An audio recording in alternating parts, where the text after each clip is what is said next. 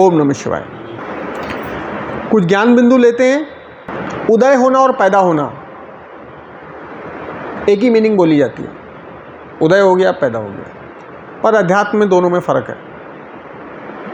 जो चीज़ उदय होती है वो अपनी पूर्ण कलाओं से पहले भी होती है, पूर्ण कलाओं के साथ पहले भी होती है। जैसे सूर्योदय, मात्र कोई आड़ या आवरण आ जाता है जो हट जाता है तो पुनः सूर्योदय हो जाता है। ठीक है, उसी प्रकार ज्ञान पैदा नहीं होता, ज्ञान का उदय होता है। आप सबके आत्मा जो है वो ज्ञानी है। जो भी गुरुजन होते हैं या संत जन होते हैं जो तत्व ज्ञान की बात करते हैं, वो मात्र आड़ या आवरण हटाते हैं। आत्मा तो सर्वज्ञ है। एक और आपको छोटा सा भाषांतर भी बताता हूँ, तत्व भी बताता हूँ। खाने की इच्छा होना भूख है, खाने की इच्छा होना भूख है, पर खाने की कमी होना भूख है क्या? खाने का अभाव होना भूख है क्या? इच्छा नहीं है, खाने का अभाव है, भूख है नहीं है ना। पानी की इच्छा होना प्यास है, पर पानी का अभाव होना प्यास है क्या? नहीं, पानी की कमी होना प्यास नहीं है। उसी प्रकार धन की इच्छा होना निर्धनता है, धन की कमी होना या धन का अभाव होना निर्धनता नहीं है। इसलिए कई धनी जो धन की इच्छा रखते हैं आज भी निर्धन है, और कई दरिद्र निर्धन नहीं है। समीकरण समझ में आया?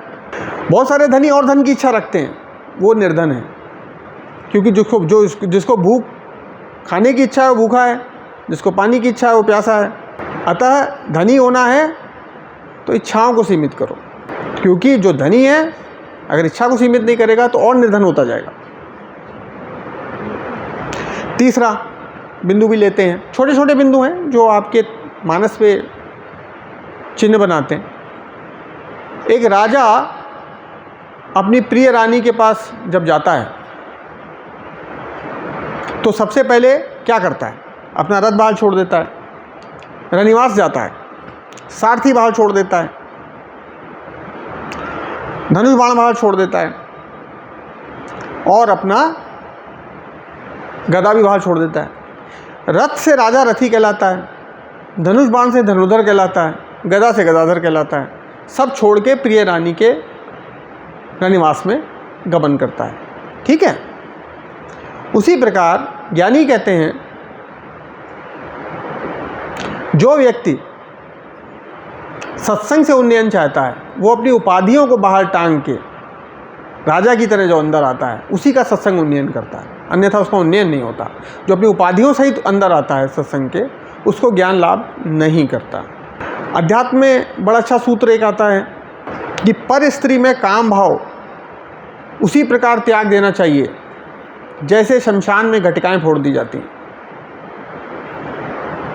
उसको माता भाव या कन्या भाव से देखना चाहिए। इसके अलावा कोई भी चीज़ को शास्त्र अनुमति नहीं देता। जब हम दर्पण में सूर्य को देखते हैं तो सूर्य का प्रतिबिंब दिखता है। हम कह सकते हैं सूर्य है, भाषांतर में हम कह देते हैं देखो सूर्य, पर वो सूर्य नहीं है, सूर्य का प्रतिबिंब है। उसी प्रकार माया के दर्पण में आपको सुखों का मात्र प्रतिबिंब दिखता है, सुख नहीं मिलता, हमेशा वो और बढ़ता जाता है, आपको सुख नहीं मिलता। ओम नमः शिवाय।